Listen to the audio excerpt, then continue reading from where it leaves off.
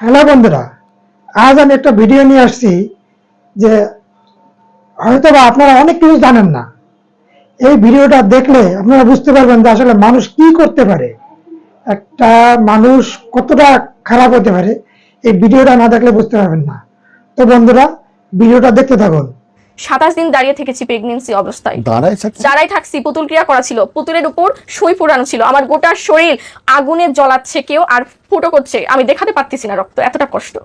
আমি আল্লাহর কাছে বলছি, আল্লাহ একটা কুকুরের পাশে হলেও আমার শোয়ার বসার ব্যবস্থা করে দাও, একটা ডাস্টবিনে হলেও যেন আমি একটু বসতে পারি, আমার সন্তানকে আমি বাঁচাবো। আমি কিন্তু এই যুগের নারী হয়েও ওই আগের যুগের বেহুলাদের মতোই কষ্ট করেছি। সবাই সাক্ষী, আমার ডক্টর সাক্ষী, 4টা ডক্টর বড় বড় বাংলাদেশের, ফারজানা ম্যাম, এনার সবাই সাক্ষী আছে। হসপিটালে পর্যন্ত বসতে পারিনি, আলট্রা পর্যন্ত আমি শুয়ে থাকতে পারবো না, আলট্রা আমাকে এইভাবে করছে, আমি এইভাবে হিলান দিয়ে আছি দেয়ালেও আমার গলা টিপে ধরতেছে। ডাক্তার বিশ্বাস করেছে হ্যাঁ এগুলো শাশুড়িরা করে, পরিবার থেকে করে, ডেঞ্জারাস ব্ল্যাক ম্যাজিক হয়ে গেছে, কারণ সবাই করছে, আমাকে স্যার পর্যন্ত করছে, একজন ব্যারিস্টার শিক্ষক। তাহলে প্রচন্ড ক্ষতি করছে, সে কাশ্মীর জয় করছে। আর যদি ইউটিউব চ্যানেল থেকে দেখে তার থাকেন চোখে জল ছিল যখন আমি তাকে গিয়ে বলছিলাম, স্যার আমার হাজবেন্ড ঠিক বলেছিল, আমার হাজবেন্ড কিন্তু সবার কাছে তারই চোখের সামনে সে বলছে ভিডিওটা দেখার জন্য রাজাকে ছেড়ে